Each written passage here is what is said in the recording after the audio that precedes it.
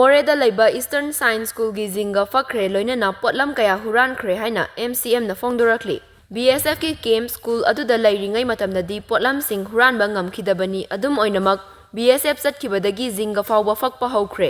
Eastern Science School Moreh gi potchai kaya yauna school kupliba tin fauba faktuna huranba yaure security thambiyu haina Maitai Council Moreh gi President M Thoiba Maitai na fongdorakli. Haukiba chahi ing lising aniga kunga humdoigi May 3 gi numidang wairamda Kuki narco terrorist ki kangbuna Moreh town manungda leiba Maitai gi yum mai tharakpadagi thawai tadi hinglaga loire haiduna khara amana Myanmar romda chensinki aduga khara amana Moreh Da Leiba commando complex manungda changduna leiraba matung Moreh Da Leiba Manga suba Assam Rifles ki kangbuna Moreh dagi kilometer manga muk chatlaga leiba Manga suba Assam Rifles ki KLP ki location point kemta Manga suba Assam Rifles ki gari da haplaga pukhatuna numit kharani thamlaba matung security ki kangbuna ngak senbiduna palel da leiba kuntaruk suba sector Assam Rifles ki camp phauba thindoklamki.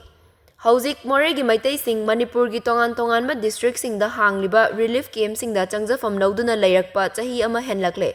Moreh Ward number 7 da Maitai Education Society Moreh kangbuna chalaiba nursery dagi class 10 fauba leiba Eastern Science School Moreh gi school building ani amasung conference hall amaga punna building ahumda BSF leiramba matamda huran chinthi amata thokide. BSF sing adu school adudagi lauthokiba matung ikan kanadana security laitabagi khudongchaba lauraga school adugi maru oiba pochai kaya khakta natana school mathakta kubliba tin fauba faktuna puba yaure. School asida Moreh da laiminariba community kayagi angangsing Tamil, Bihari, Nepali, Maitai Pangal, Tamil Muslim, Maitai amasung Kuki yauna tamliba school ni haiduna mayang lambam thoiba Maitai President Maitai Council Moreh na press ta fongdorakli. Manipur lengaki mafamda pukning chingsilakli madudi athuba matamda midyeng changbi bagaloi Eastern Science School Moreh da security thambina ba tawbiyu haiduna su makha tana press ta fongdoklakli.